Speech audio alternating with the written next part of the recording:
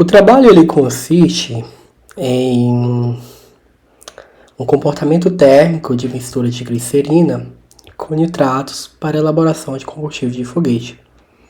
Tem eu, como bolsista, Robson Leonardo Rodrigues Cardoso, e o orientador José Renato de Oliveira Lima.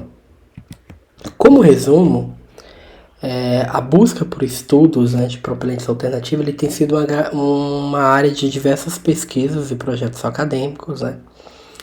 E logo, a pesquisa ela fundamentou-se em estudar experimentalmente o uso do nitrato de potássio e açúcar como propelente sólido, o que permitiu a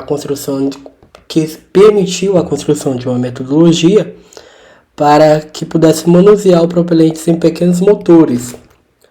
Esses motores foi possível verificar uma análise térmica através desses motores, que vamos ver posteriormente. Então, hoje, com o movimento surgindo entre astros e empreendedores no mercado privado espacial, surge um movimento chamado New Space. É uma atraente perspectiva de construir uma economia próspera, privada no espaço sideral.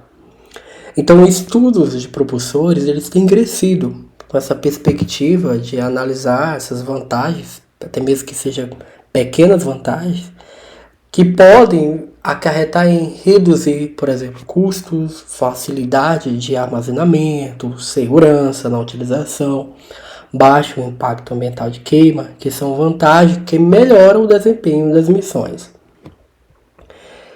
Pensando nisso, o objetivo principal do trabalho foi analisar as amostras de KNSU usando técnicas de análise térmicas, termogravimétrica e calometria exploratória diferencial, TSC, e com o uso de catalisadores. A princípio, tínhamos um trabalho que era destinado a verificar essas amostras com trocar açúcar por glicerina. Porém, devido à dificuldade do manuseio da glicerina, inicialmente, como tínhamos planejado, preferiu-se o uso do KNSU, que pode ser aplicado também com nitrato de potássio e glicerina. Logo então, o objetivo foi preparar as amostras de KNSU, analisar os resultados das curvas termogravimétricas das amostras, verificar as variações de entalpias endotérmicas e exotérmicas das curvas de TSC, analisar os comportamentos das amostras sem uso de ciconato de estronço. A metodologia ela tinha um principal objetivo, como primeiro nós observamos a umidade do KNO3, do nitrato de potássio, colocando numa estufa com 24 horas depois, foi posto dentro de um secador com silica para absorver a umidade. Após tal procedimento, iniciou-se tal procedimento, mediu-se em uma cápsula de porcelana de 75% em peso para nitrato de potássio e 25% em peso de sacarose. Com uma espátula misturou-se, após o procedimento anterior, com o uso do bico de buse e o aquece o propelente até sentir um cheiro de calda de pudim. E depois, por fim, antes do inserimento do propelente é colocado em um corpo de foguete com papel duro todo KNSU, formando pequenos motores entre 3 gramas a 4 gramas.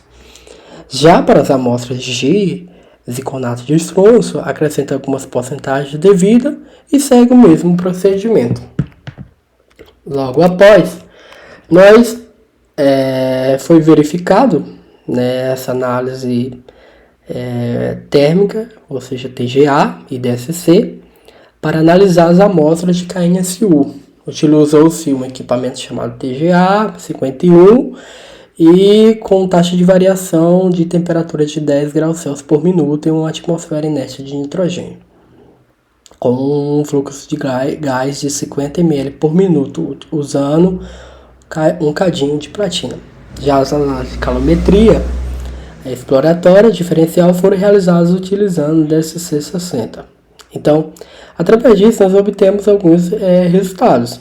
O primeiro resultado foi que, de tal forma, na curva de TG, como vocês podem visualizar,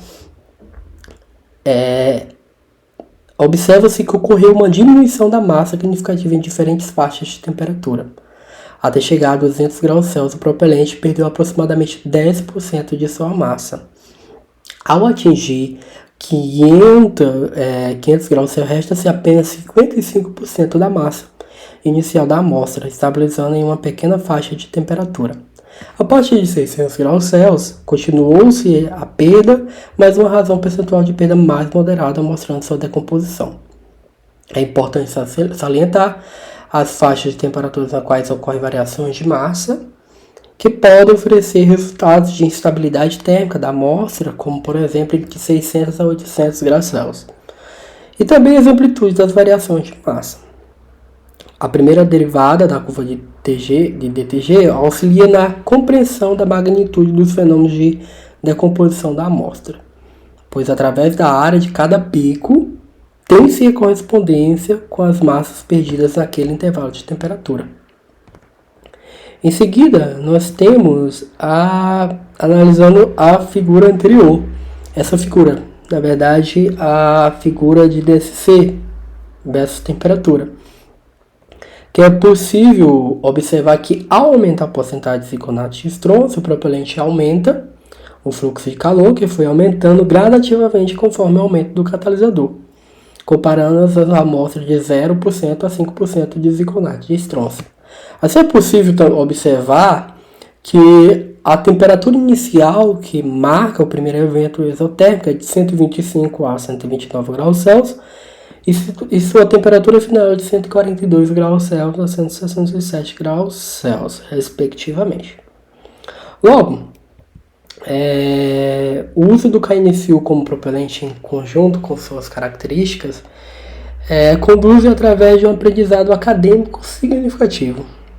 Analisar termicamente e compreender o comportamento do grão propelente faz possível ampliar o campo de pesquisa, como por exemplo misturas com nitrato e até com glicerina e outras substâncias à adição de catalisadores, com metais suportados e outros segmentos.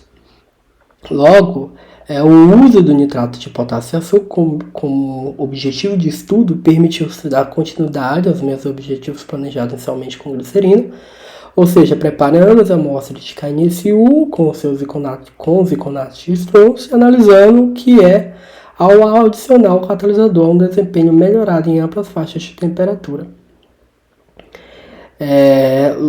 E por fim, diversas pesquisas elas poderão ser realizadas até mesmo utilizando o objetivo de analisar o efeito catalítico de amostra de KNFU e nitrato de potássio e glicerina e outros propelentes, explorando até mesmo a propulsão híbrida e líquida, pois qualquer vantagem, mesmo que seja mínima, pode resultar em uma redução de custo de missão que é muito justificável.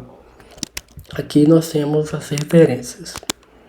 Obrigado e see you all.